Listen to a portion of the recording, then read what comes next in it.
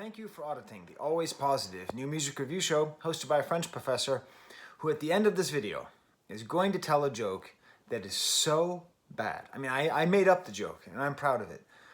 So you should stick around and hear that joke. Or even better yet, don't. It's that bad of a joke. I'm going to be reviewing the album Life of a Dawn by Don Toliver, and it's part 2 of my sort of informal week of soul music, R&B music. You know, I feel lucky because I wasn't quite sure what I was going to review this week, but then one of my students who likes hip-hop quite a bit mentioned that this album came out and said it was really good. And it's sort of a reminder to me of what I find so interesting about soul music and R&B music. Now, I used to be very sort of narrow-minded, you know. I used to say that there was no good soul music made after 1976, you know. The idea that after disco, man, it was all over. But obviously that's just narrow-minded of me. And in particular, I find it fascinating, like figures like Don Toliver. Figures where the line between sort of hip-hop and soul are just completely blurred, you know. Someone like him, someone in his kind of similar lane, I would say is like Ty Dolla $ign right now. And really sort of like, you know, going back to it, historically, I've had sort of an ambiguous relationship with this line between hip-hop and R&B, you know?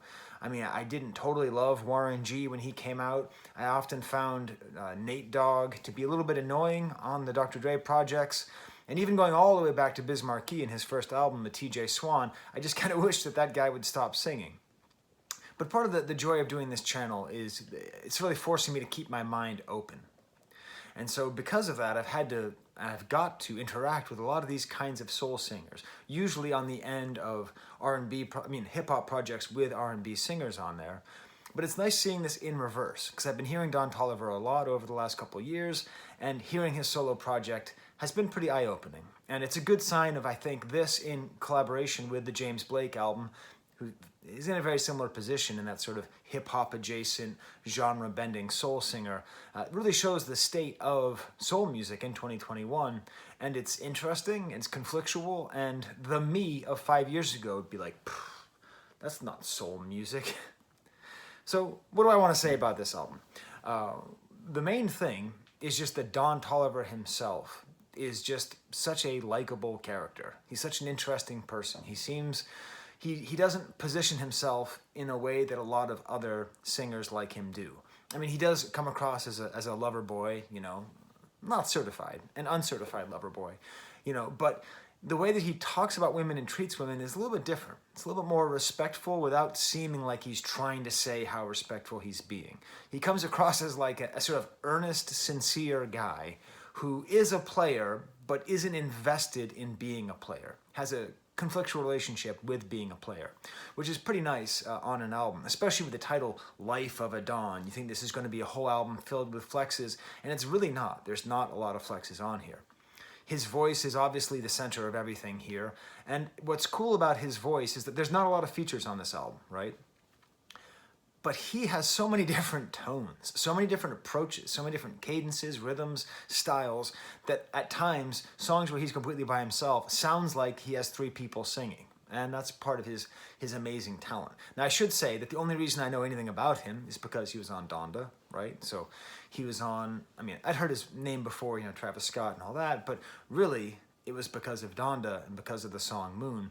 And it's part of the reason why I enjoy Kanye so much, because him featuring somebody is a great cosign. Like, you know, you can take that person seriously, whether it's a producer like Gesaffelstein or Hudson Mohawk, or if it's a singer or a rapper that you maybe hadn't heard of before. And in that vein, I would say part of what makes this album so good, and it is very good, is that a lot of the production is done by Mike Dean. If you don't know who Mike Dean is, he's not the person behind Kanye, because Kanye's behind Kanye, but without Mike Dean, Kanye would not be Kanye. He does a lot of the technical work, a lot of the compositional work, a lot of the mixing. It's almost to the point, I think, based on what I've been able to suss together, that what we consider to be Kanye might actually be Kanye and Mike Dean. That's how symbiotic they are. So it's very nice to hear Mike Dean kind of taking a lot of ownership over this project. In general, like we heard with a lot of the Kanye stuff, not too much drums, a lot of atmosphere, very sparse, a lot of backwards sounds here. I don't quite know what that's about, but that seems to be a trend, at least in Don Toliver stuff. And really just this atmosphere of just kind of sparse, sultry, low-key soulfulness. And I'm going to give you an example. I'm going to give you a stamp. It's my homework for the album. And it's going to be a little bit unexpected. Because when I saw the track list, when I saw he had songs with Travis Scott and Baby Keem, I thought, okay, this is going to be it. This is going to be my stamp. But I'm going to go a little bit off to the side and go with what is not only my favorite song on this album, is one of my favorite songs of this year, Crossfaded. I'll put a link to it up there. Feel free to go listen to it and come back, okay? This is one that's mostly produced by Mike Dean, and it's just got a very engaging, light beat. It's like these kind of these bloopy keyboards doing like missing notes on an arpeggio. Kind of has like a bubbly feeling. And then his voice, Don Toliver's voice just comes through so like clear, sincere, and strong. With all the different ways that Don Toliver sings on this album, you might expect sometimes it's a little bit higher, sometimes a little bit lower, sometimes it's a little more swagger, sometimes a little more hip hop. Here it's just sincere and strong. He even goes into what I call the Moon feeling, right? Which is where he does that super high voice that he does on Moon off of Donda in the first chorus. But just the way that these boopy synthesizers are interacting with his very solid voice is just a great example of what Don Toliver can be. I just absolutely love this song. He does use the word hella a lot, which makes me always think of Cartman on South Park. Don't say hella. And I think this is a good example of the kind of love song that he writes, It's kind of dirty, but never quite disrespectful, like trying to seem hard, but not heartless, like praising of independent women while at the same time kind of flossing about how much money he has and how much he can take care of women. I'll give you an example of some of these lyrics. When you know you need help, ain't gotta ask me. And you got your own bag, and yes, I'm happy. Oh yes, I'm happy. I want to feel the juice at the collar. Give me head at the light when the car stop, in the range, in the Jeep, in the drop top. So this weird kind of mixture of sort of her seeming independent, right? While at the same time, this very sexual reference at the same time, like themes of happiness, and just the whole thing ends with this beautiful synthesizer solo and then this outro where he just says, "Are we down for each other?" And it's this kind of heartwarming, lovely sentiment, "Are we down for each other?" which I don't always associate with modern R&B, right? Okay, I'm now going to go through the rest of the album a little bit quicker than that. It starts off with the song Xscape. That's Xscape. A lot of the sound.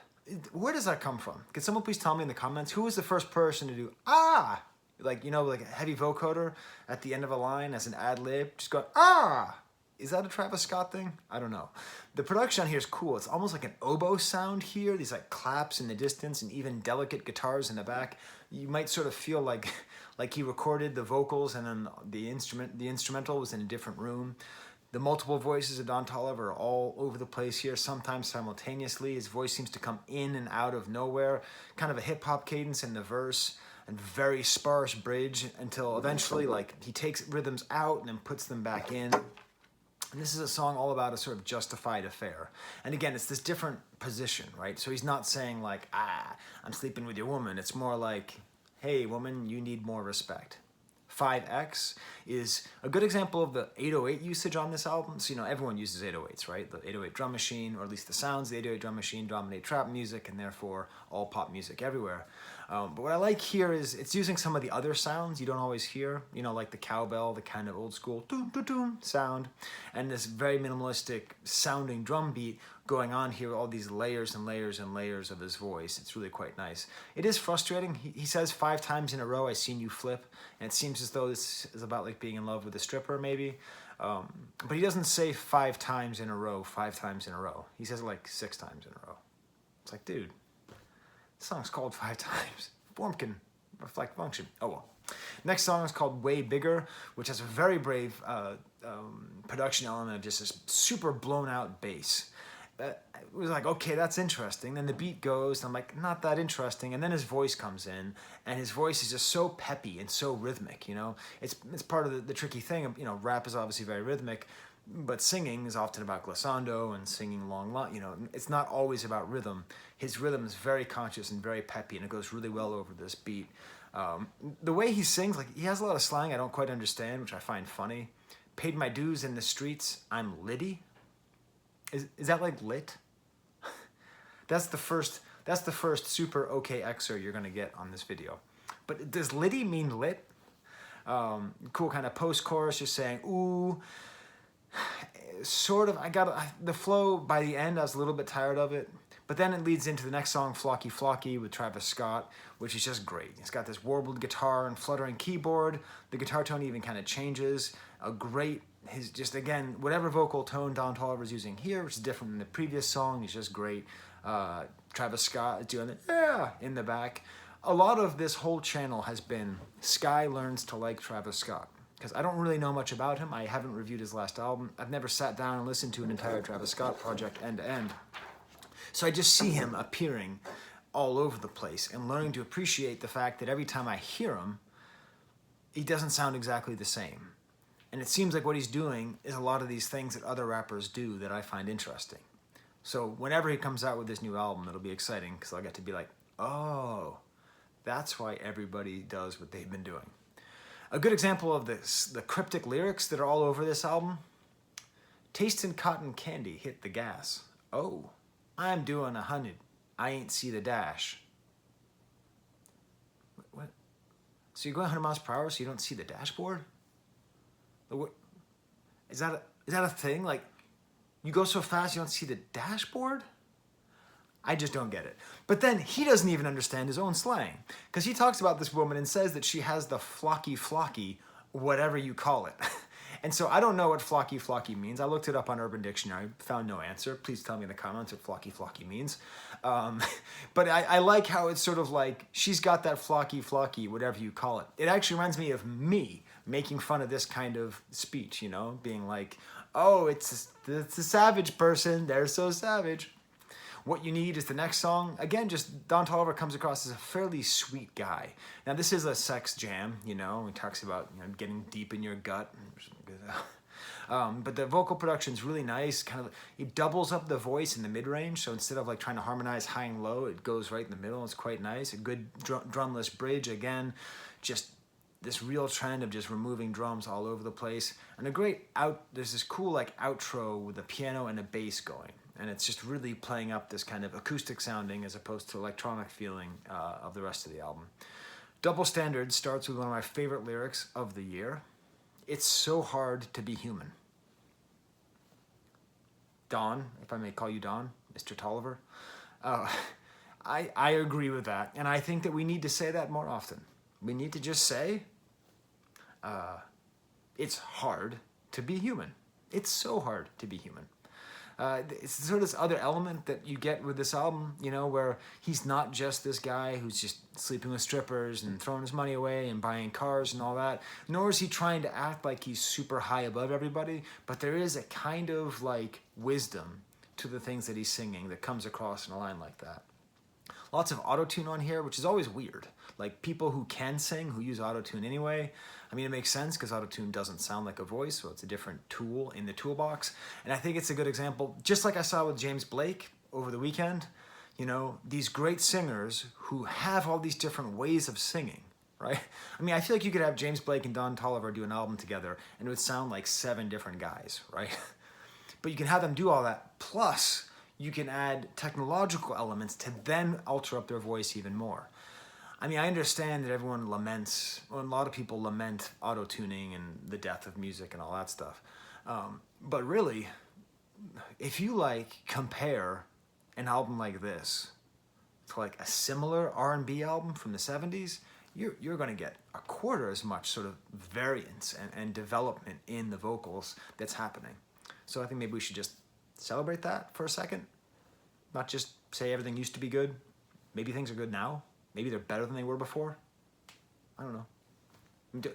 All my Teddy Pendergrass fans are going to come at me. You dare compare Don Toliver to Teddy Pendergrass. I just did it. Double Standards is the next, wait a minute. I just talked about Double Standards. So I don't have a script, I have notes, and sometimes I misread my notes. And you see, the next song is right there. It's on the page break. I try not to do that. This song is called Swangin' on Westheimer. And I'm not from Houston. I've been to Houston. Shout out to my kolache eaters.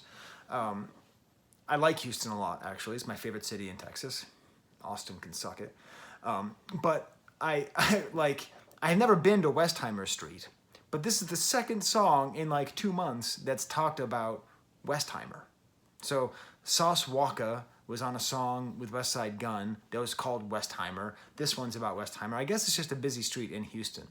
But this is a really, really interesting song. It starts off as kind of auto-tune backwards sound. Again, just so much backwards sounding. I mean, I think most of the songs I've talked about, I didn't even mention that there's backwards sound. I mean, that's what you had on that on the stamp of the album, right? Crossfaded, that also sounds backwards. This one sounds backwards. But then it resolves, and it gets to be this sort of straightforward 80s throwback pop soul with like a 1, 2, 3, 4 beat.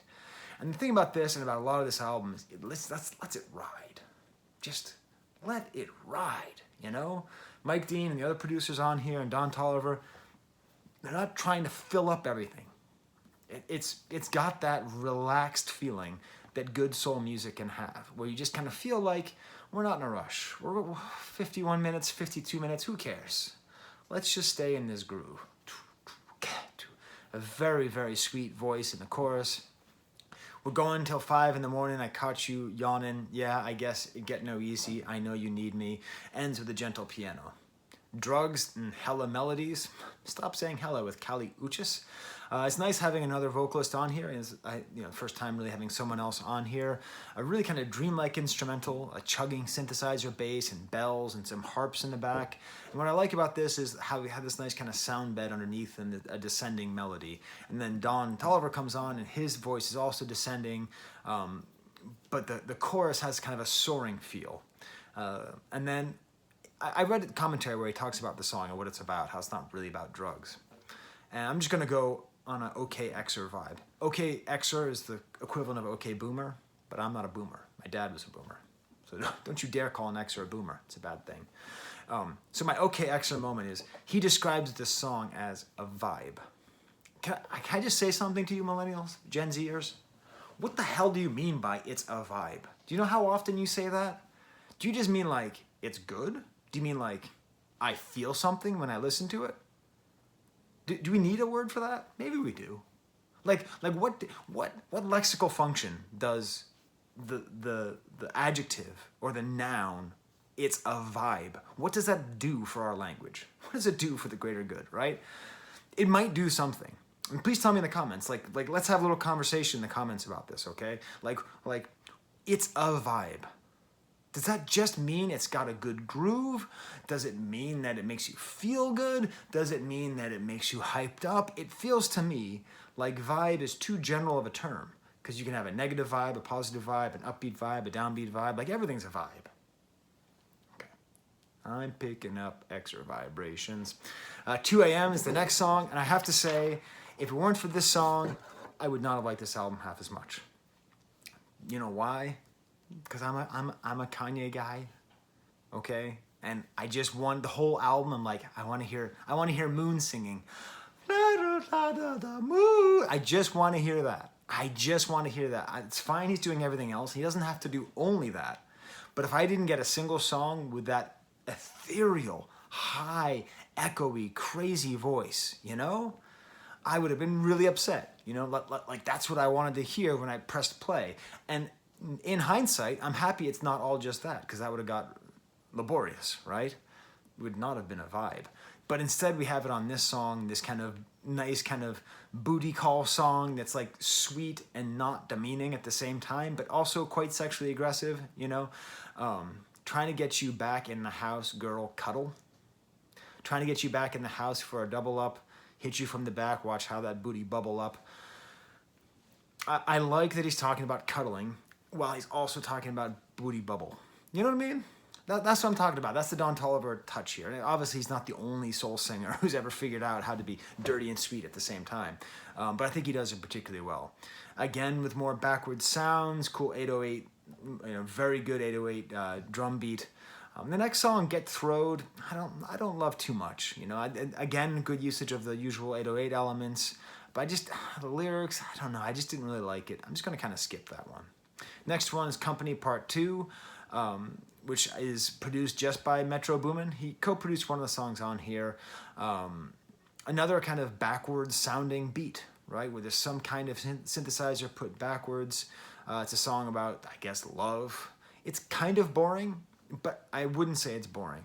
Remember when I said that Let It Ride thing? This is just that Let It Ride feeling. Like you just hear the song and I can just imagine just driving for a couple minutes, just hearing the song, just kind of zoning out. Next song, Outer Space with Baby Keem. Okay, so, you saw my review of Baby Keem, I hope. If not, look it up. It was a good video. Jeez, I'm arrogant. It was good. And Baby Keem is awesome, and he's exciting. And it's cool because once you see that he's featured on something, you get the sense that whoever's working with him has to crank it up. It's kind of like Kendrick. Like his cousin or whatever, Kendrick, right? Like you see, there's certain features. Like you see Lil Wayne on something, Lil Wayne's gonna have a great verse, but you don't feel like whoever it is that's putting the song out is going to have to drop the best thing ever, right? Right? You just know that they cut him the check and that he's going to give you a crazy good verse out of nowhere for no good reason. But with Baby Keem, maybe it's just his artistry, kind of the same way with Kendrick or like where you just get the sense that this is going to be a special song. They're not just going to throw their voice on anything, and that's what we have here. Another kind of backwards beat over futuristic synthesizer.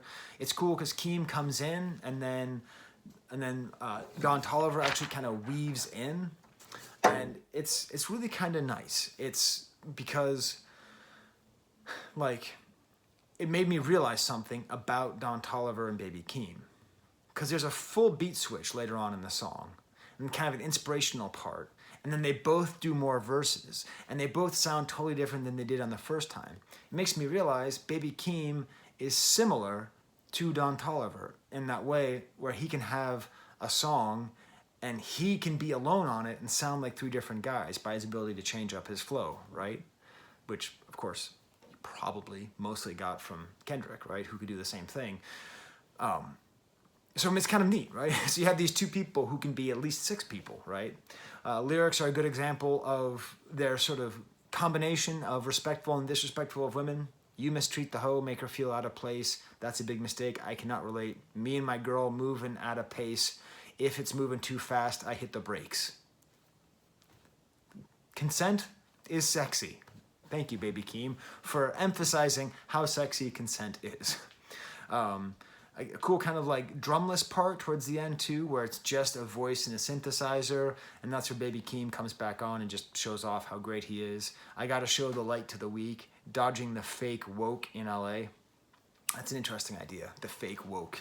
And then it ends, okay, so if you haven't heard the song, take a guess how it ends, okay? Here, think about it while you look at this image of Darth Vader. How is this song going to end if you haven't heard it? Did you guess a heavy metal guitar solo? You're correct. It ends with a heavy metal guitar solo. That's that element where I think when they were making the song, like, if we got Baby Keem on here, we have to do something special. Next song, Smoke, is with much less known rappers, HVN and So Fago. Oh, man. It's like, how Fago? So Fago. Oh. And it's funny because the chorus, I went from disliking it to liking it the first time I heard it. It's just saying the word smoke over and over again. The whole beat kind of reminds me of kind of a dirty, almost Swizz Beatz style beat. And Don Toliver's a little bit more in his hip-hop mode here. But eventually, I just ended up liking this ridiculous chorus and just smoke, smoke, smoke. I liked the guest appearances. Neither one of them really jumped out, but they were both fairly good. Then we get to You. Not You, the song You. And Travis Scott is on this, and he produced the beat. So it's a really good beat, a very, very smooth beat. It seems like Travis Scott knows how to produce for Don Toliver, okay? Rappers who can produce themselves, impressive. You know, rappers who can produce well for other people, you know. I'm trying to do the Drake meme, you know. where he points and he smiles. It's kind of like that. You know, that's really impressive, to be able to tailor your production style to someone else. And this feels like a great Don Toliver song made by Travis Scott. Lots of echo and space in the vocals, these strings that kind of jump, like they kind of come out of nowhere. And then Travis himself switches up his style. Maybe Travis Scott deserves the credit and not Kendrick. Or maybe it's just a lot of rappers are coming to this realization that they shouldn't be limited to one style, you know? And then the outro from Toliver has like this weird kind of high voice vocoder and a cool synthesizer solo to outro. Next song is called Crossfaded, which I've already covered. And then it ends with the song Bogus.